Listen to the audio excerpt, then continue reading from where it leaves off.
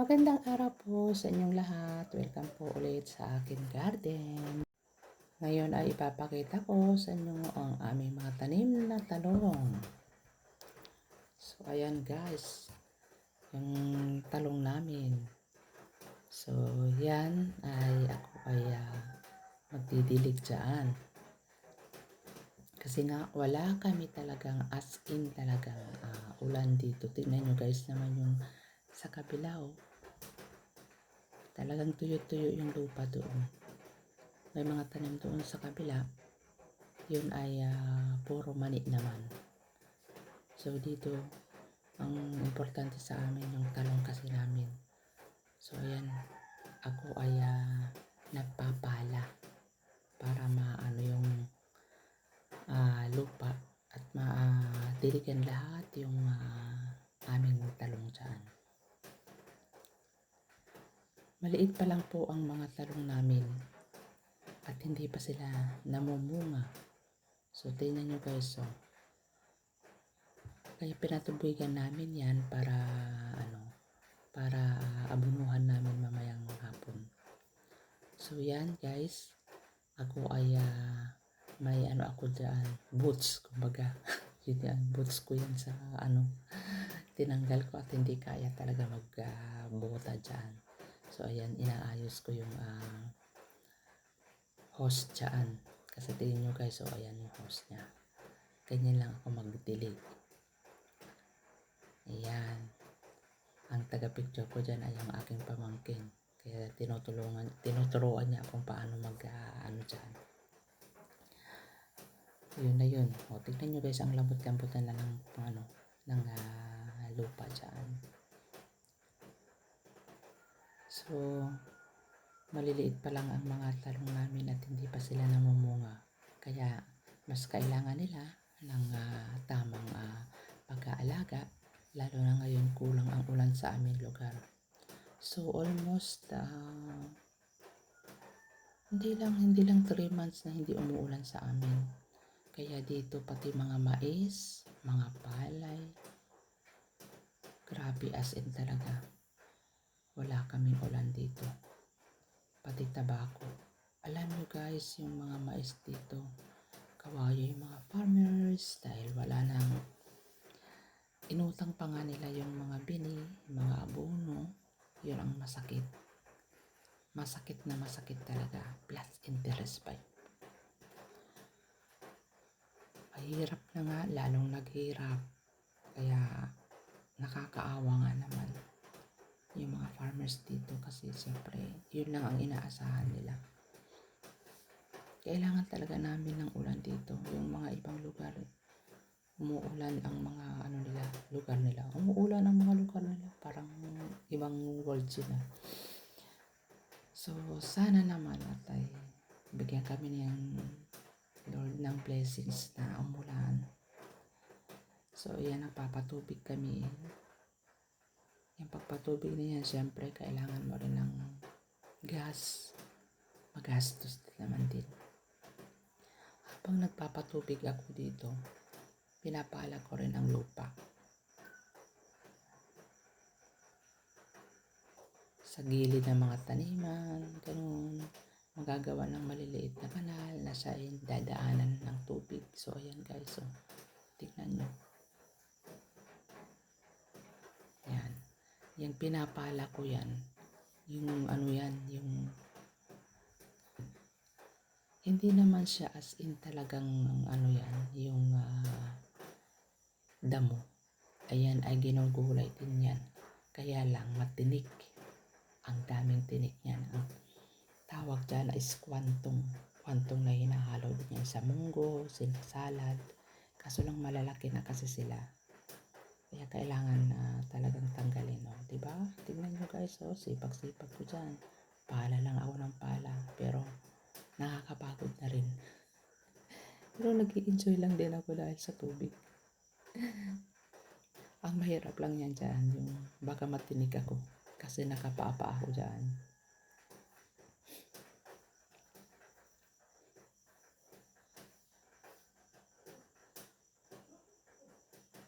Ayan. Yung tinik na yan.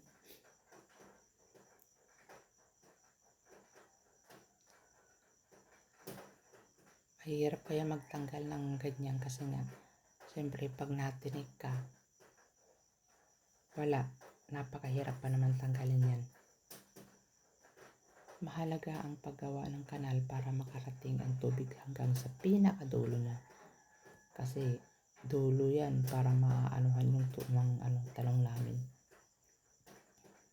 So ayan guys.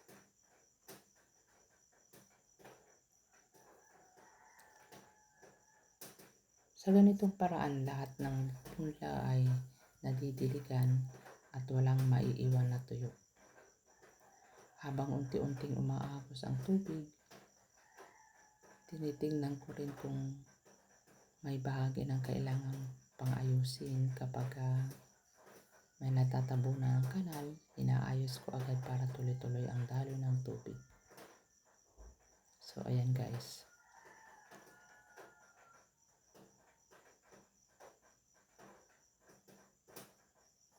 Malawak yan guys, yung lupa dyan.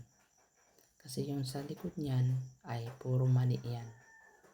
So pag naulanan yan, sana blessing namin, dadami yung mani namin dyan para sa ganun ay makapagbinta man lang. Wala as in talaga. Ang mani kasi hindi mo na kailangan abunuhan yan eh. Hindi kagaya ng talong na inaabunuhan yan. So mas gustong dahan-dahan ang pagpapatubig para alam mo yun, yung masisipsip ng maayos ang lupa. Ang tubig ay makakarating ito sa ugat ng bawat halaman. So aayusin ko na naman yung hose. So ayan, itatabi-tabi ko muna dyan para makarating dyan sa ayan, yung hose na yan para pwede pa rin i-extension hanggang doon sa kaso lang sabi ng pamangkin ko hindi na daw kasi nga patapos na kami mag-dilig. Tignan nyo guys, sarap magpala, masarap magpala pero pagod na ako dyan. Sakit na ng likod ko dyan.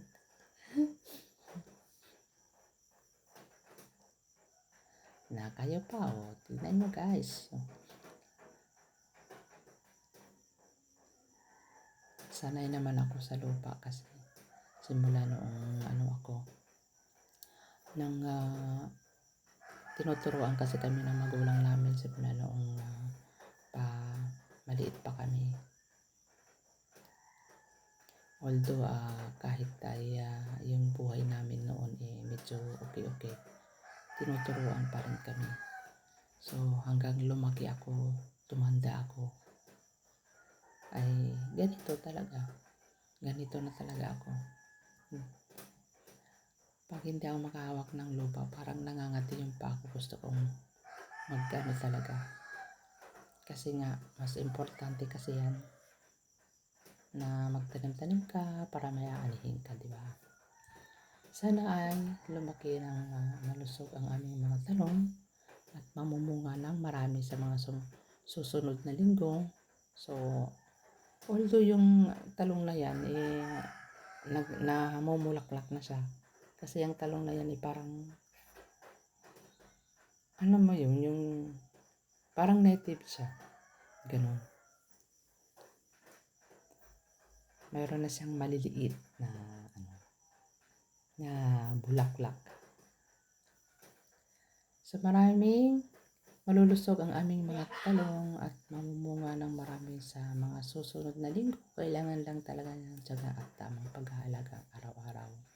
So ayan guys, habang nagpapatubig ako, sinasamantala ko rin ang pagkakataon na alisin ang mga damo sa mga paligid para mas mabuti na malinis ang tanim upang hindi maagawan ng sustansya ang mga talong. Napakasarap sa pakiramdam na makita ang unti-unting paglaki ng mga halaman. So kahit pagod sa pag-aalaga, sulit naman kapag dumating ang panahon ng anihan. Maraming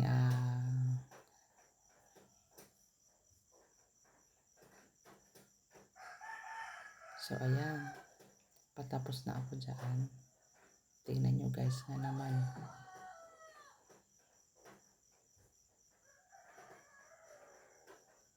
Tsaga-tsaga lang ako dyan. Tsaga-tsaga. Tsaga lang mag-garden.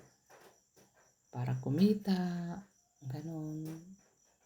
Para magkaroon ng pera. Pero pag nag-anihan naman, masarap sa pakiramdam at least. Nasulit yung pagod mo, di ba?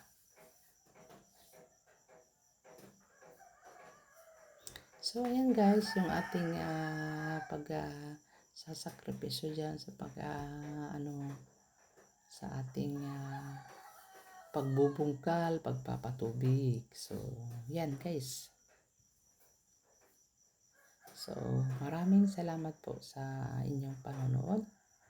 At kung nagustuhan ninyo ang simpleng garden, i-update namin. Huwag kalimutang mag-like na lang at mag-comment at mag-subscribe.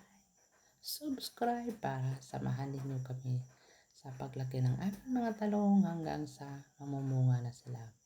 So, sa susunod ay na vlog ko ay medyo malalaki na yan. Diba guys?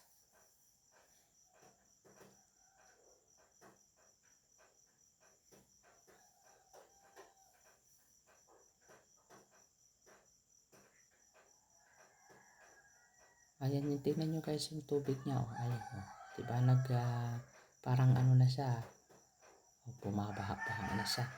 Pero hanggang bukas yan. Wala na yung tubig na yan. So, at least makakapag-aabono na kami. Ang importante kasi dyan yung pag-aabono para lumaki sila.